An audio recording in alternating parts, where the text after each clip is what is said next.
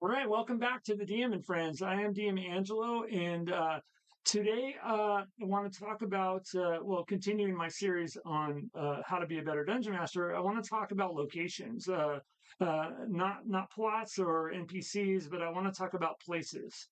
And because I think here's something that a lot of DMs miss. Your dungeon or ruin or temple or tavern, it should tell a story before the PCs even step foot in there. If every room feels the same, or players are going to stop exploring, and if every room has a reason to exist, players are going to lean forward. And so, locations. Number one, locations are not just containers for encounters. A location is not just a box for a monster or a place that treasure is dropped. A location is a record and should be a record of what happened there. You know, uh, who used the place. Why was it built? Things like what went wrong here. If you can't answer those questions, the room is going to feel very empty, and players are going to kind of move away from that. So the environment is your first narrator.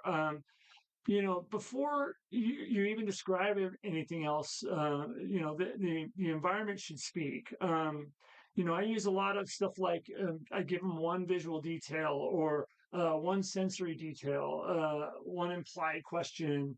Um, you don't have to go in super depth, but something like it's cold stone, or a damp smell, or something metallic in the air. That's kind of gonna give them an initial example, or thing for the room. And if you do that, you'll go a long way. So smells. I just talked about, gave an example of smells. So, smells I think aren't used enough. Most DMs will describe what the room looks like, but they won't tell, about the smell. And, smells can be very powerful. It'll signal danger. It'll hint, uh, you can have a hint of decay, or, it could suggest recent activity, things like rotting food or old incense in the room, or, like stale blood or ozone in the air for magic. If the room smells wrong, players will pay attention, and even before any dice are rolled, they're going to pay attention to that room. So another sensory factor is sound. Sounds are going to create tension. I think this is a great tool for a DM.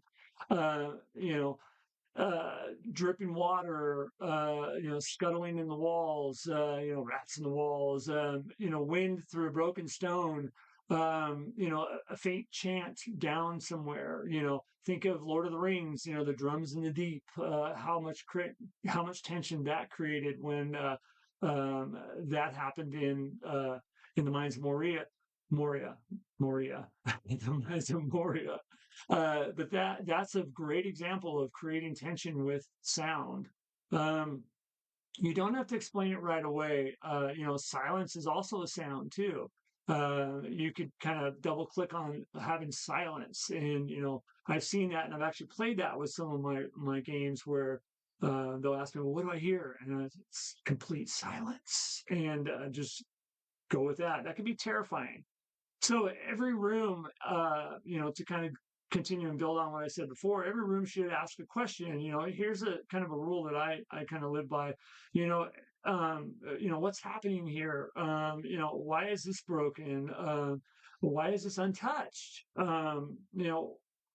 Why does this not uh, match the rest of the dungeon?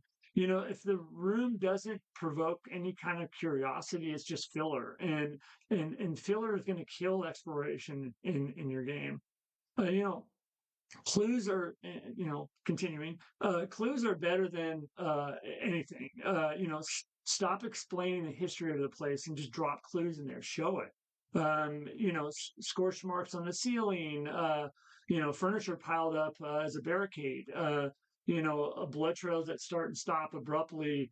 A shrine that's smashed, but not just smashed. Maybe very carefully smashed, if that's a thing. Players love connecting the dots, and you don't need to tell them that the cultists fleed in panic for some reason.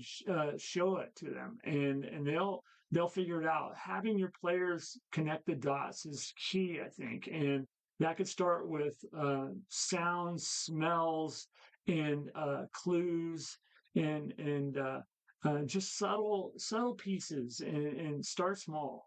Also, for this, when you drop clues like this, reward curiosity. You don't need to just reward success. This is, I think, pretty important. Exploration should pay off even if there's no combat or treasure. If players search, listen, experiment, ask questions, give them information. Maybe it's a clue about another room, or maybe it's going to build onto your next encounter, or a hint about a monster, or evidence of a trap there. Give them that information as a reward. So I talked about this before, but consistency will make your story feel pretty real. If one room shows water damage, shouldn't the next room have kind of reflect that also? If a faction lives here, shouldn't there be evidence of that faction living there? Sleeping bags, and trash, and storage, and evidence of rituals. So consistency in your dungeon will go a long way. So empty rooms, now I'm going to sound like I'm contradicting myself, but empty rooms are not wasted rooms. Some things people will think this is controversial, but empty rooms are good if they say something. Abandoned guard post, or a shrine that's no longer used, or like a collapsed tunnel, or things like that. Not every room needs to have danger, but you want to kind of spark the interest of the characters, and they're like, what has gone on here? And I've seen it in many games where, realistically, I didn't even think about it, but man, they've connected all kinds of crazy dots, and ran with it. I have players that run with and kind of make up their own story based on what was in or was not in this room, and so that's when you really hit it. So let location change over time. And I've talked about this before, and I'm going to talk about it again, but static dungeons get boring. So if they leave and come back, it's a living, dangerous area. Um, Enemies will move around. Defenses will change. Clues will evolve. Um, if they come back, it should feel like time has passed and things have kind of moved around. Your reinforcements, things like that. Um, Static dungeons suck. Um, how I actually do it. Okay. Here's my practical approach on it. I'll design a location with purpose, number one, with a past, and then with a current time.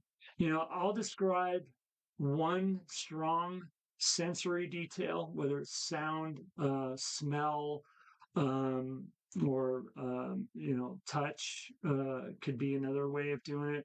But and then I'll also just try to describe one odd or out of place element in the room or in the area, and then I'll try to throw in one clue. Whether they find it or not is one thing, but you know, that's my method. I throw that out there, and then you just stop talking, and I let the players investigate.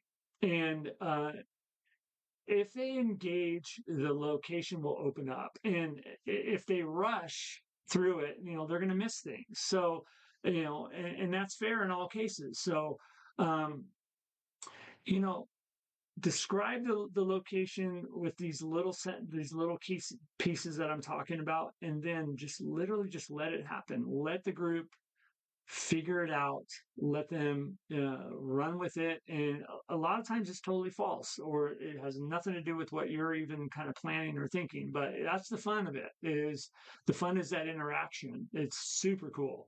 And I think if you kind of follow this formula or this, you'll get there. All right. Well, here we are again. My final thought: you don't need elaborate, maps or box text. You just need intentional spaces. Whether it's a dungeon or a wilderness type adventure, make them intentional. Think about why, when, how, and then just release it to the characters, and they'll run with it. So when locations tell a story, you guys, exploration is going to matter, choices are going to matter, and the players are going to feel like they are uncovering something real. All right. So, well, that's old school dungeon, dungeon mastering at its best. Uh, if I can do it, you can do it. Um, well, you guys, thank you so much for tuning in. If you guys have a location that your players still talk about this to the day, I would love to hear it in the comments. I'd love to hear the stories, and I have a couple that I could think of that one or two of my players still talk to about this day, and that's success. All right, you guys. Well, thanks so much. If you can, please like, subscribe, share. More of this content's going to be coming out, and I really appreciate it. You guys take care and keep gaming. All right, bye bye.